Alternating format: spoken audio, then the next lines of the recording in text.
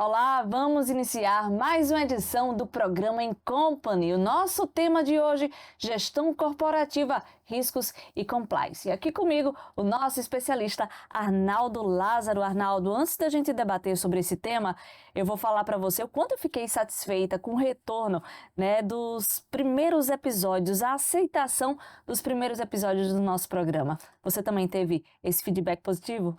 Olá, Mara. Foi muito legal. A gente está vendo que o pessoal está gostando do que a gente conseguiu produzir.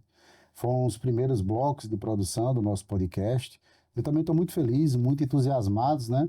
Porque a gente vai construir um programa de qualidade que realmente faça diferença para esse universo empresarial. Com certeza, e precisa, né? E a gente está aqui para isso. Eu, para aprender, como jornalista, para aprender um pouco, do mundo empresarial, com Arnaldo Lázaro, que sempre passa muitas informações com qualidade e precisas, que com certeza vão favorecer o seu negócio. Inclusive, eu peço para você que está acompanhando a gente, está vendo esse episódio? Então, se inscreve no nosso canal Em Company, viu? Não se esqueça. Mas agora a gente vai falar sobre conteúdo, sobre gestão, governança, riscos e compliance, que faz parte tudo aí da gestão empresarial. São 3 temas em um que as empresas precisam ter. Eu sempre confundo um pouco, sobre gestão e compliance. Para mim é meio que um organograma que todas as empresas elas precisam ter, mas existem diferenciações. Que diferenças são essas? Explica pra gente, Arnaldo. Você não está sozinha nessa dúvida, tá? Grandes empresários ainda têm essa dúvida, porque a gente costuma ver muito esses 3 nomes juntos, Governança, risco e compliance. Mas são 3 coisas distintas, mas eu costumo dizer que é aquela regra do estar contido, A governança corporativa é o todo e o risco e o compliance está contido na governança corporativa. Então, a governança corporativa é uma forma de você conduzir a empresa para que ela respeite as regras do mercado. Então, o investidor, o acionista, ele precisa ter acesso a informações de qualidade, a que sua empresa seja transparente, que a sua empresa ela seja pautada por decisões técnicas, que não haja ingerência da vontade do dono, e sim do projeto da companhia. Então, todo ano uma empresa faz seu planejamento e mostra qual o caminho ela quer seguir. Então, é tirar um pouco da pessoalidade daquele dono de empresa e transformar uma empresa que é conduzida por uma gestão de um colegiado. Então, isso, em linhas gerais, podemos dizer assim, é a governança corporativa, baseada em decisões de colegiado. Algumas empresas montam conselhos de administração, empresas maiores, empresas robustas, e outras montam apenas um conselho deliberativo, para ouvir opiniões dos diretores, de alguns consultores externos, mas a ideia é tomar decisões em cima de um conselho e não de uma única pessoa. A governança sempre antecede o compliance ou não? Não tem um regramento básico, tá? Mas assim, primeiro a gente olha o todo que é a governança, e aí você vai segmentando esses modelos de gestão. Risco é muito fácil ser compreendido, você tem que analisar riscos.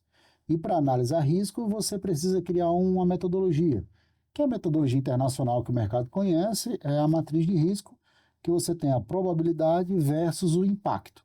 Então, quando você cruza esses 2 vértices, você identifica, você consegue mensurar o risco que você está avaliando. Compliance é a forma de você encarar a empresa de uma maneira íntegra. Então, traz um conhecimento lá dos Estados Unidos, de um processo de corrupção que as empresas americanas passaram, e aí veio para o Brasil com essa veia muito da integridade, naquela época do combate à corrupção, da Operação Lava Jato. Então, hoje o compliance a gente pode dizer que é um mecanismo de combate aos ilícitos, seja ele uma corrupção, seja ele um desvio empresarial qualquer.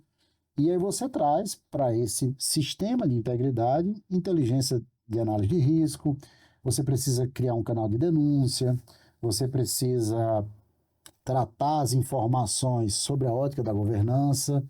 Então, realmente, esses 3 temas, eles se conversam, eles estão interligados. E são nomes da moda, mas o que precisa saber, de fato, é executar.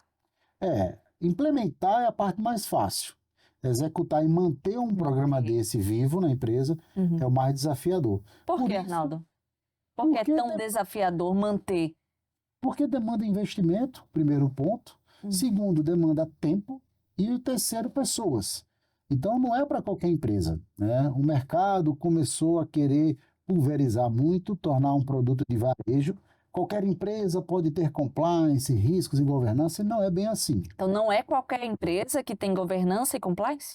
Não porque não é que não possa ter, mas ele não consegue manter, porque é caro, né? É um investimento alto. Você contratar profissionais bem qualificados para tocar um programa desse, de analisar risco, de analisar denúncias que são feitas através de um canal de denúncia, demanda profissionais bem qualificados. E esses profissionais são caros, né? Então você não pega uma empresa que tem um faturamento abaixo de 10 milhões que consiga fazer um programa desse vivo, né? Perene. Algumas empresas conseguem implementar, mas logo depois ela desiste, ela deixa aquele programa stand-by e não coloca realmente um programa efetivo. Para você ter uma ideia, o Brasil ele tem um selo chamado Selo Proética, que é da CGU. Agora, na última edição de 2023, apenas 83 empresas conseguiu chegar à conclusão do projeto e ter esse selo, que não é um certificado, mas é um selo que aquela empresa passou por um crivo do governo federal e tá de acordo com um programa de integridade. 83 empresas no cenário nacional. Então, se você pega da primeira edição até hoje, temos em média 600 empresas. Não é nada para um Brasil tão grande, né? Então, você veja que são poucas as empresas que conseguem fazer um programa que esteja qualificado para uma certificação. É iniciar, executar e manter. E manter. Manter é que é a dificuldade. Manter é o mais difícil. Em relação agora, Arnaldo, aos riscos corporativos, existe a possibilidade de proteger uma empresa de todos os riscos da atividade ou não? Mara, essa pergunta é difícil. Porque assim, o consultor, ele fica muito instigado a responder o que o empresário quer ouvir, né? Porque ele quer vender o contrato de consultoria, né? Mas a gente tem que ter muito cuidado e muita responsabilidade. Eu tenho uma solução, aquele gênio da lâmpada que aquele e não é bem assim. Não é e não pode ser, né? Porque assim, você não tem como resolver todos os riscos. Ah, eu vou deixar a sua empresa blindada de riscos. Isso não existe, né? O que você consegue é minorar os riscos, diminuir muito esses riscos, através de aplicação correta de uma matriz de risco, onde ela vai perpassar por todas as áreas da empresa. Aí você vai para o financeiro, para o operacional, para o jurídico, e você olha todos os riscos da empresa. E aí você consegue mapeá-los, e para cada risco você desenvolver um controle. E aí você começa a minorar esses riscos. Obviamente que pode ser que precise de investimentos. Então lembra, manter um programa de compliance vivo requer investimento. Então não é para toda empresa e nem todos os riscos serão solucionados. Alguns serão diminuídos, mas sempre haverá risco. Com certeza, né? Quem entra, né, dentro desse mundo empresarial tem que saber que existem esses riscos e como você vai fazer ali aquele jogo de cintura para poder. Faz parte do processo, né, Arnaldo? Faz parte do processo. Se você não quer se molhar, não vá para a chuva. Arnaldo, no Brasil, né, a palavra compliance está muito ligada também ao tema, né, tá ligada à corrupção. Né? Eu penso muito compliance em organização, em organograma, em seguir aquelas regras, mas também está ligado muito à corrupção. Né? Como é que você avalia, né, esse sistema de corrupção e compliance? Porque o compliance, como eu te falei, quando ele veio para o Brasil, ele veio dentro de uma situação onde o Brasil vivia a Operação Lava Jato. Né? Então, é uma solução jurídica trazida lá dos Estados Unidos, onde o foco, um deles é o foco ao combate à corrupção. Então, quando você monta um programa de compliance com esse foco de combate à corrupção, ele tem uma característica de ser um programa de integridade. E aí nós temos a lei para ele, que é a Lei 12.846, que é a famosa lei anticorrupção. E lá ela tem um checklist. Você tem que preencher aquele checklist da lei para estar de acordo. E isso é muito importante para as empresas que fornecem para os entes públicos, ou seja, que participam de licitação e que vendem produtos ou serviços. Então, tem que ter compliance no modelo de integridade. Já para o outro lado, que é na relação privada, onde você tem uma empresa, mas você quer fazer negócio com a minha empresa, mas não quer correr tanto risco, você vai exigir de mim, como teu fornecedor, que eu tenha compliance, para que você fique mais segura que se você fizer negócio comigo, o negócio vai ser íntegro, transparente. Então, as grandes empresas estão desenvolvendo programas de compliance por exigência do mercado, mas não por corrupção. Entendi, Arnaldo. O assunto é complexo mesmo. E nesse episódio a gente vai falar sobre a justiça no Brasil, o Judiciário, o Ministério Público, Tribunal de Contas e também a polícia. Arnaldo, são todas, né, essas vertentes que acabam compondo a justiça aqui no Brasil. E qual a interferência dessa justiça com o empresário? Pois é, Mara, a gente tende a pensar que a justiça é só o poder judiciário, né? E você tem essas outras instituições que, de certa forma, dão sustentabilidade a toda a justiça brasileira.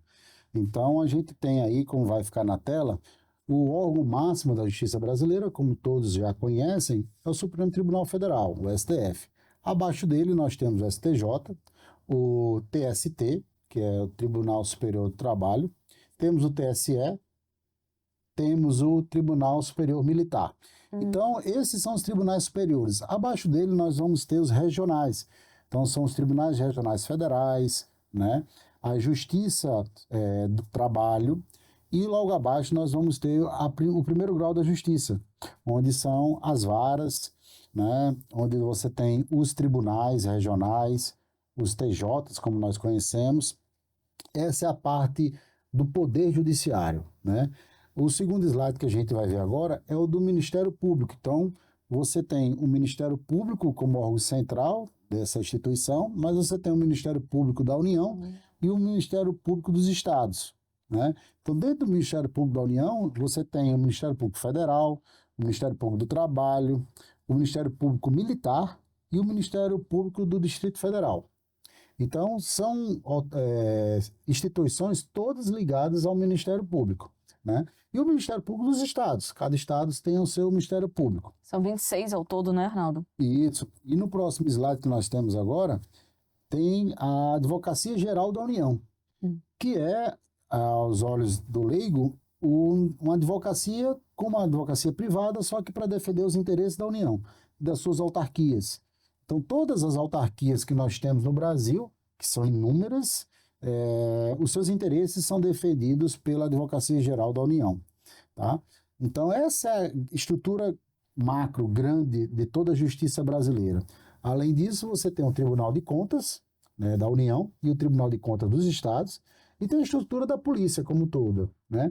Aí você vai ver no próximo slide que você tem várias polícias no Brasil. Você tem a Polícia Federal, você tem a Polícia Rodoviária Federal, você tem a Polícia Ferroviária Federal, você tem a Polícia Civil, a Polícia Militar, a Polícia Judiciária e o Corpo de Bombeiro, que faz parte da polícia também. Então, todas essas polícias fazem parte da estrutura de segurança pública do país, né? E aí não entra as Forças Armadas, que é outra área. Então, você veja, Mara, é complexo, a estrutura é muito grande e aí é um conflito muito grande de interferência hierárquica. Mas é o desafio brasileiro é conseguir fazer com que a população tenha cada vez mais conhecimento disso aí, né? De como funciona toda a justiça brasileira. E aí um tema, né, bastante questionado e discutido hoje é a reforma do Poder Judiciário. Qual o seu posicionamento sobre? Eu acho que é necessário, né? O nosso Poder Judiciário é muito elogiado no mundo todo, porém tem os seus defeitos. Hoje é uma justiça muito lenta, muito morosa, falando em termos de atuação como advogado, né? Como profissional. Mas o maior problema hoje do Poder Judiciário não é a sua morosidade, é a interferência política, né? Na alta corte que nós temos, que isso claramente é notado por toda a sociedade brasileira. Então, esse conflito de interesse, essa penetração do Poder Judiciário em assuntos que deveria ser do Poder Legislativo, isso causa muito incômodo. Então, há sim a necessidade de fazer uma reforma no Poder Judiciário para que isso seja cada vez mais transparente. O Poder Judiciário tem que ser transparente e ele tem que transmitir confiança para o país. Na hora que a gente perde a confiança no Poder Judiciário, a gente está perdendo confiança na lei brasileira. Então, é sim um tema para ser debatido no Congresso Nacional e a sociedade tem que acompanhar. Arnaldo, você falou aí sobre morosidade, mas tem outros pontos também, né, que inclusive a gente estava debatendo antes de começar as gravações, como corrupção, nepotismo e a falta de transparência. Isso, é muito delicado esse tema, porque a gente não pode apontar, né, de forma precisa onde que há corrupção no Poder Judiciário. Mas a imprensa noticia. De vez em quando você tem notícias de magistrados que cometem algum tipo de ilícito, né? Então isso tem que ser muito bem monitorado. Lembra daquele assunto do compliance, da avaliação de risco? O Poder Judiciário também tem que implementar um programa de compliance para monitorar os seus próprios riscos. Qual o risco de um juiz se envolver num caso de corrupção, né? E punir esse juiz de forma exemplar, para que isso não aconteça em outras situações. Então, de fato, você vê bem que precisa uma reforma do judiciário para tentar diminuir todos esses problemas que nós temos. Arnaldo, agora a gente vai falar sobre o Ministério Público. O Ministério Público, na sua visão, é um vilão ou é um aliado do empresário? Olha, o Ministério Público é uma instituição muito séria, muito forte, que tem uma importância muito grande para o nosso país. Porém, comete muitos excessos, né? Então, você vê vários processos que o Ministério Público atua, um excesso na forma de você buscar um culpado, de fazer denúncias, e quando isso envolve empresário, a gente sente no dia a dia da advocacia que o Ministério Público ele parte da premissa que o advogado é corrupto. Desculpa, que o empresário é corrupto, né? E aí você já começa, como advogado, ter que entrar numa defensiva para provar que o empresário não cometeu a corrupção. Só que isso é muito custoso para o empresário, isso demanda investimento para o advogado, né? Tem N casos que o Ministério Público promove uma denúncia e no final do processo o empresário consegue provar que não cometeu nenhum ilícito. Só que a imagem dele foi prejudicada, a imagem da empresa foi prejudicada, e isso dificilmente você consegue recuperar. É um abalo psicológico muito grande que o empresário sofre. Então, o Ministério Público tem a sua função, mas tem que ter muita cautela na forma de atuar. É muita responsabilidade. Acusar não é para todo mundo. E essa indicação, né, essas indicações que já vêm aí há anos, desde que o Ministério Público foi fundado, aí essas indicações por parte do presidente, acha errado? Eu acho que deveria ter uma forma mais institucional interna corporis, ou seja, da própria corporação, né? Você veja que são vários os casos. O presidente da República indica o Procurador-Geral da República. E essa indicação traz consigo um elo de relacionamento.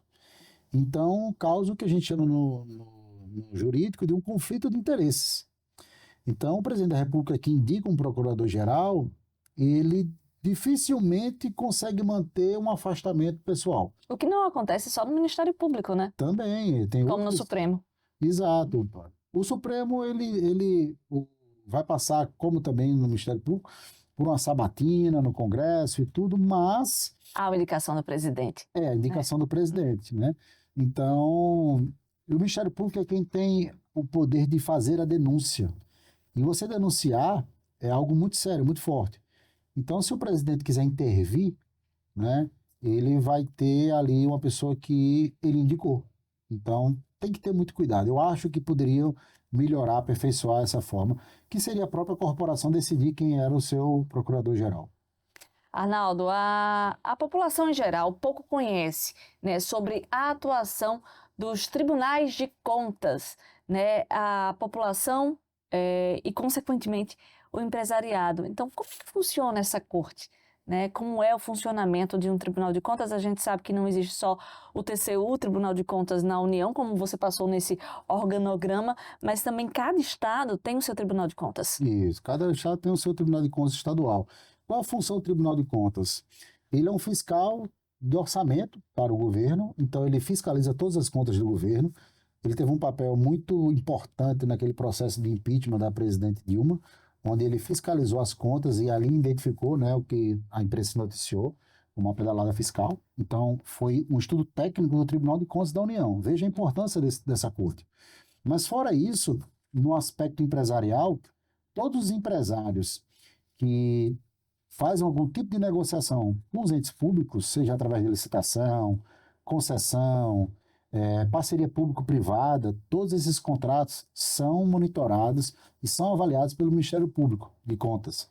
Então, o empresário ele ainda não tem muito familiaridade, mas é um órgão que está muito perto das suas contratações. Todo contrato público passa pelo crivo do Ministério Público de Contas, pelo Tribunal de Contas da União ou dos estados, que tem um Ministério Público lá dentro também, sua estrutura. E principalmente pelo fato de muitos empresários, né, terem negociações com os estados ou com o governo federal, aí a importância de saber, né, do funcionamento do Tribunal de Contas do Estado. Sim, todos os estados têm as suas cortes de contas e elas fiscalizam todas as contas do estado, né? Inclusive em todos os processos de licitação, processos de concessões, o Tribunal de Contas faz essa atuação.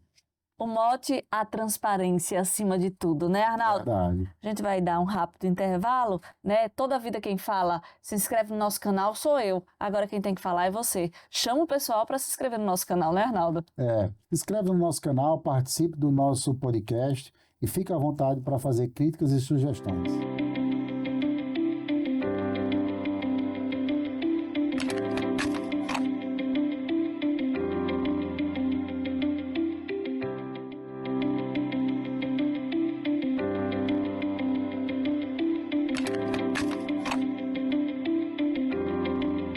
Nesse episódio a gente vai falar sobre política e economia, principalmente sobre as reformas. Arnaldo Lázaro, a gente já tem algumas reformas que já foram feitas, como a tributária, como a previdenciária e como a trabalhista. Agora, qual seria a prioridade do governo federal? Olá, Mara. São várias reformas que a gente precisa fazer no Brasil, né? Além dessas que já estão concluídas, você tem reformas importantes, como a reforma administrativa, né, a reforma política. Como a gente falou em outro episódio, nós temos aí também a reforma do Poder Judiciário. Se fala também na reforma do sistema de educação brasileiro. E temos a reforma também da segurança pública, né? Então veja que são assuntos estruturantes, reformas que têm impacto muito forte em toda a sociedade brasileira, que traz muitos benefícios se forem feitas. Diante de todas essas reformas que você acabou de mencionar, algo que me chamou a atenção foi a reforma da segurança pública. Como seria essa reforma? O que estão discutindo em relação a ela? A gente mostrou num outro episódio, Mara, que o Brasil tem várias polícias, né? Então é cada vez mais difícil você conectar todas essas polícias em todos os estrados brasileiros, né? Temos a autoridade máxima do governo federal, que é o ministro da Segurança, né? E ele comanda a Polícia Federal. Mas a própria Polícia Federal, ela tem vários comandos, né? Você pode analisar que o Supremo, ele pode determinar que a Polícia Federal tome algumas atitudes, inicie algumas investigações. O Ministério Público também, ele consegue requerer, fazer um requerimento para que a Polícia Federal atue em determinadas situações, todas elas em caráter sigiloso. Então, só a Polícia Federal, ela atende a 3 grandes autoridades: ao Ministro da Segurança e da Justiça, ao Ministro do Supremo Tribunal e ao Ministério Público Federal. Então, imagine que possa haver ali um conflito da própria corporação quando existir decisões que se conflitam. Então, a Polícia Federal já tem esse ponto. Imagina as polícias dos estados, que tem a Polícia Civil, que tem a Polícia Militar, o Corpo de Bombeiro, então tem a Polícia Rodoviária Federal. Tivemos casos na eleição agora, que na eleição presidencial, na última que tivemos, onde teve um processo que o próprio Tribunal Eleitoral, o Supremo Tribunal Eleitoral, ele falou que estava tendo ingerência na Polícia Rodoviária Federal, porque estava dificultando ou facilitando a ida de eleitores. Então, veja, o sistema de segurança pública brasileiro ele tem que ser repensado. Ele tem que estar todo conectado no Brasil inteiro. E quais são os benefícios para o ambiente empresarial de uma reforma na segurança pública? Olha, quanto mais segurança um país tiver, mais tranquilidade a sociedade vai viver. E para o empresário, se você tem segurança, você tem custo. Então você tem que contratar segurança privada, você tem que investir em monitoramento de veículos. Todas essas cargas que rodam nessas estradas brasileiras, os empresários têm que pagar monitoramento, porque elas são assaltadas, são extraviadas. Um dos grandes problemas no e-commerce é justamente o extravio por roubo das encomendas. Então, quanto isso custa para o empresário? Então, um país seguro, um país onde você pode transitar a qualquer hora da noite, os bares, os restaurantes, os hotéis, eles precisam ter segurança, né? Então, veja, segurança pública realmente tem que ser repensada para melhorar até a economia brasileira. Será, hein? É tão, eu vejo assim, diante de tudo que a gente vem passando, é tão tópico.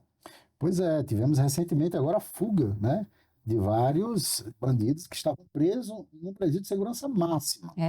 Dois criminosos, né, que acabaram fugindo da Penitenciária Federal de Mossoró, que fica no Rio Grande do Norte, e uma força, né, de segurança foi toda mobilizada, em média 600 homens mobilizados, né, para tentar prender eles e Até agora não conseguiu, né? até agora, até a gravação desse podcast, né? Pois é, e quanto custa isso? Pois é.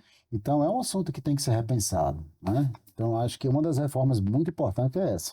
Agora vamos falar um pouco sobre política, né? Nós estamos em 2024. Como é que o senhor, né, avalia esse cenário político e econômico no Brasil? O que que a gente pode esperar a médio e também a longo prazo? Mara, eu olho que tem três situações bem delicadas no Brasil hoje, né? Nós estamos em 2024. O atual presidente da República, ele já tem 19 processos pedidos de impeachment na Câmara Federal. E vai ter mais um agora, que vai ser o 20º. Já é mais do que o dobro do que o ex-presidente Bolsonaro na mesma época. Então, a gente não sabe se o atual presidente vai terminar o seu mandato. Esse é um primeiro ponto. Temos esse ano ainda eleições municipais em todo o Brasil. Isso vai mexer com a estrutura de gestão pública, porque entra prefeito, sai prefeito, muda toda a gestão. E temos ainda a situação jurídica do ex-presidente Bolsonaro, né? Há uma inclinação muito forte da opinião pública que ele será preso. Se isso acontecer, muda completamente o cenário político e aí vai ter uma movimentação muito intensa, partidária, social. Então, esses três pontos podem afetar a política brasileira no médio prazo. E a longo prazo, tudo vai depender das grandes reformas que a gente vem conversando ao longo dos nossos podcasts aí. Em relação à economia, hoje o grande problema do país, né, do Brasil, é esse déficit, né? O déficit que o Brasil está vivendo, um déficit fiscal, é o maior problema econômico do país. Quando a gente saiu do presidente Bolsonaro, qual era o patamar que a gente tinha, Arnaldo? E hoje, o que é que a gente tem? O ministro Paulo Guedes, ele frisa muito isso, né? Ele mostrou que o Brasil terminou o ano, na gestão do presidente Bolsonaro, deixando um superávit de 98 bilhões. E agora, na virada do ano de 23 para 24, o Brasil já está com um déficit fiscal de 298 bilhões. Então, saímos de um saldo positivo para um saldo negativo. E isso é o mais grave. Então, hoje o Brasil tem que se preocupar em controlar seus gastos e aumentar os seus investimentos, porque senão teremos alta de juros novamente e inflação. E aí a gente tem que ficar de olho também no que acontece no mundo, principalmente China e Japão. Pois é, você vê a China está passando por um problema, ela tinha uma taxa de expectativa de crescimento de 5%, né? E agora já estão revisando para 4,2%, 4,5%. Isso é muita coisa para um país que movimenta toda a economia mundial. O Japão está em recessão, então era a terceira economia do mundo, já caiu para a quarta posição. A Alemanha ultrapassou o Japão, mas a Alemanha também enfrenta dificuldades em virtude da guerra da Ucrânia. Então, o mundo todo está passando por uma tensão econômica e baixa produtividade. Então, se o Brasil não fizer bem o seu dever de casa, a gente vai ter tempos difíceis aí nos próximos anos. Será que não existe uma esperança dentro do aspecto desses projetos estruturantes como o novo PAC?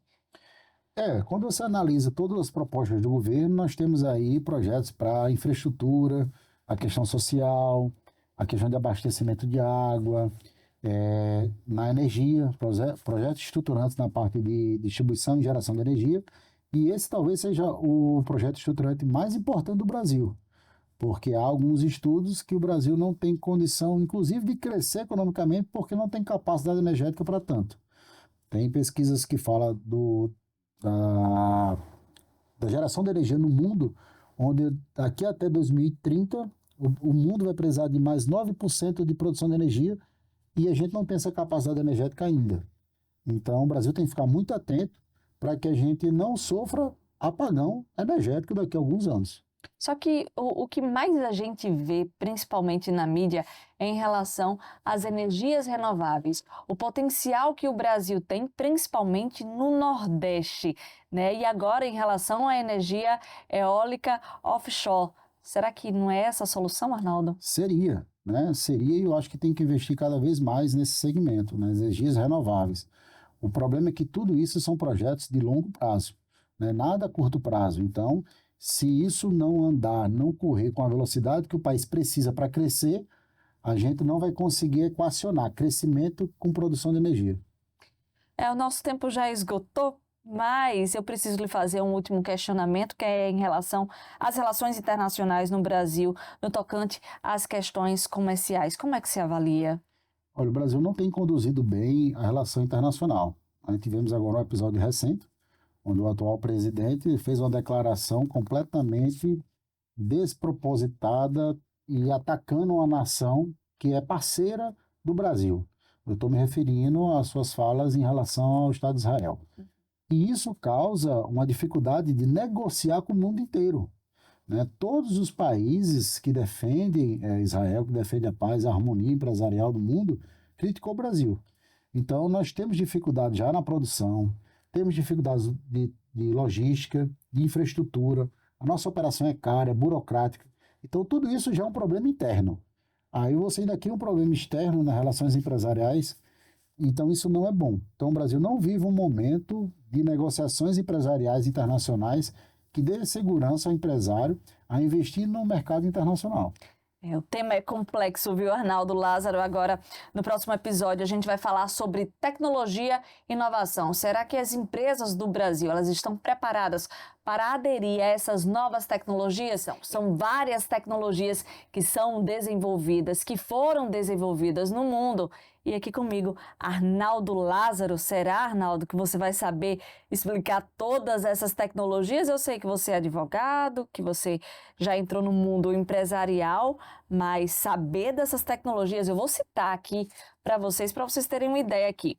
Inteligência artificial, internet das coisas, blockchain, que eu nunca tinha ouvido falar, computação em nuvem, realidade virtual, realidade aumentada, biometria, impressão 3D, veículos autônomos, 5G, metaverso, contratos inteligentes e computação quântica. É um universo de tecnologias, mas de fato, quais são as mais importantes para o universo empresarial? Olá, Mara. Olha, de fato, eu não saberia explicar todas essas tecnologias. São muitas. É muita coisa. Tem algumas outras, talvez, que A gente nem citou aqui. seus estudos você não conseguiu alcançá-las, mas, de fato, o mundo está em ebulição tecnológica, né? Todo dia surge uma nova tecnologia e essas são as principais. Mas eu poderia elencar três grandes tecnologias que estão movimentando o mundo já hoje, que é o blockchain, como você mencionou, os contratos inteligentes e a inteligência artificial. Essas são as três tecnologias que elas se conversam e está mudando a realidade do mundo. O que seria o blockchain? De uma forma muito simples, o blockchain ele é uma plataforma de muita segurança para armazenamento de dados. Você imagina que hoje, por exemplo, você vai a um cartório, você registra uma escritura pública numa compra de um imóvel. Só que se aquele cartório pegar fogo e todo aquele maquinário, computadores pegar fogo, talvez você vai ter muita dificuldade de achar o seu documento. O blockchain, ele vai armazenar essas informações numa rede gigantesca de computadores e vai espalhar essas informações no mundo inteiro. Então ela sempre estará segura, ela não consegue ser hackeada e você vai ter para sempre a segurança da informação que você gravou no blockchain. Então hoje quem mais utiliza blockchain são as criptomoedas. Para você comprar hoje um Bitcoin, o Bitcoin ele está armazenado na tecnologia blockchain. Então, por isso que ele é tão seguro e o preço dele no mercado cada vez mais alto. Esses contratos inteligentes, o que é que seria? Contratos inteligentes são aqueles contratos que eles se comunicam e auto se executam. Então, se a gente fizer um contrato de locação, por exemplo, você só vai liberar a chave do imóvel para eu poder entrar na hora que o dinheiro da primeira parcela cair na sua conta. Isso tudo de forma automática. A gente constrói um contrato desse podemos armazenar ele na plataforma de blockchain e cada comando que você der, como hoje você assina documentos digitais, você já deve ter recebido um contrato para você assinar, você passa lá o seu token, a sua assinatura digital, só depois que você assina, vai para outra pessoa que é parte também no contrato assinar. E aí segue para as testemunhas assinarem e no final o contrato ele é consolidado e cada um recebe a sua via. Tudo de forma eletrônica. Isso é o contrato inteligente. Então, cada vez mais, você já está fazendo contrato inteligente, assinando contratos inteligentes E nem sabe o que você está e fazendo. nem sabe o que você está fazendo. Agora, Arnaldo, você está muito tecnológico, viu? As empresas brasileiras, elas estão preparadas para essas novas tecnologias? Só as grandes corporações, Mara, porque da mesma forma como compliance, governança corporativa, ainda não é para todas as empresas. Então, hoje no mercado brasileiro, só as instituições financeiras e as instituições de tecnologia conseguem ter acesso a todas essas tecnologias que você mencionou. Ainda é muito caro? Porque é caro desenvolver, né? E você não tem um universo muito grande de empresas conectadas. Porque você não tem como conectar uma empresa analógica, que não tem essas tecnologias, com o que é que tem.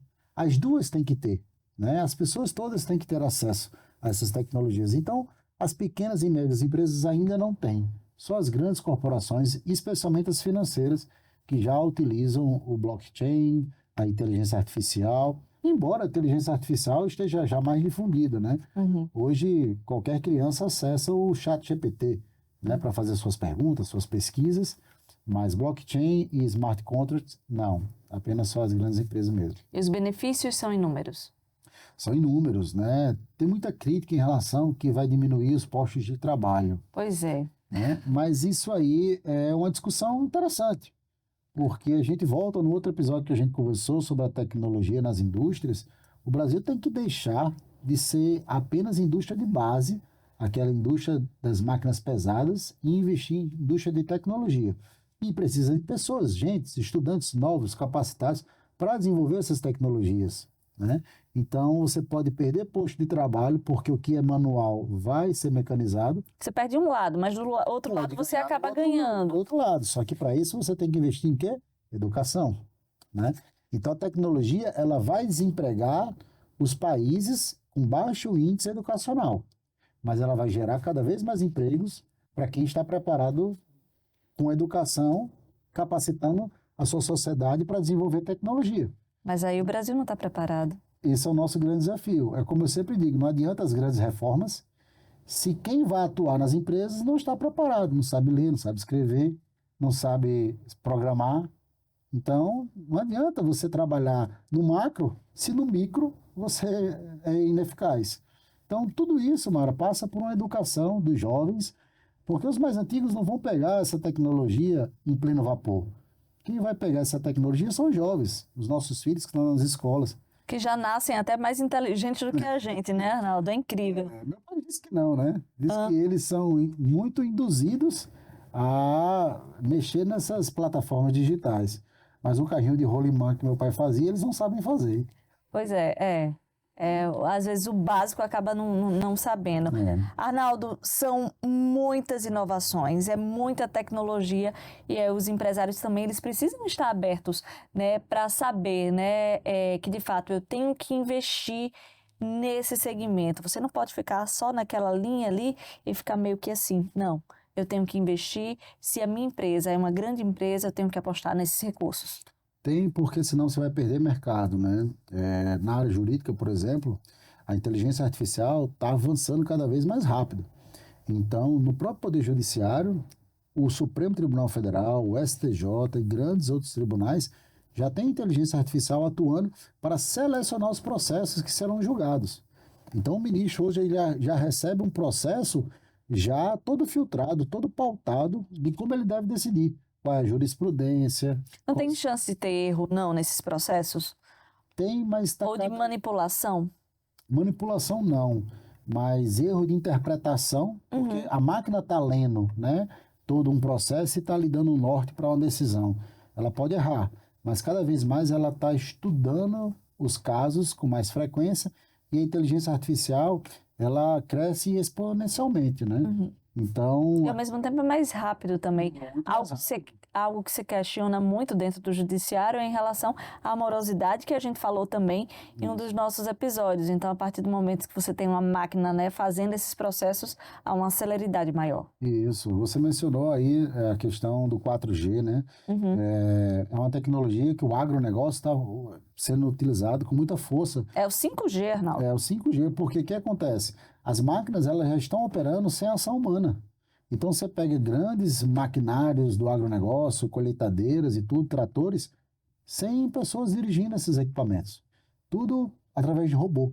Então isso é perda de posto de trabalho, mas em compensação alguém tem que saber controlar aquele joystick lá do robô. E você tem que fazer cursos, tem que desenvolver conhecimento para isso.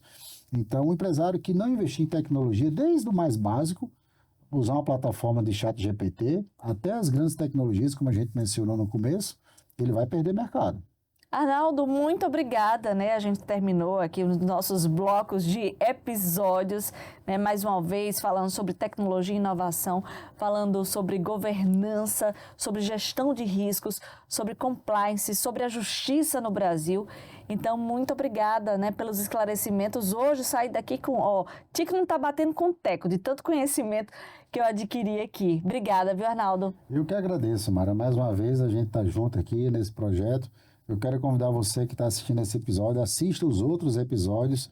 O nosso podcast começou e vai ter muito conteúdo de qualidade, conteúdo técnico, para que a gente possa te ajudar a caminhar nesse universo empresarial com mais segurança. Obrigado a vocês. Então, mais uma vez, obrigada e não se esqueça de se inscrever no nosso canal In Company. Beijo para todo mundo.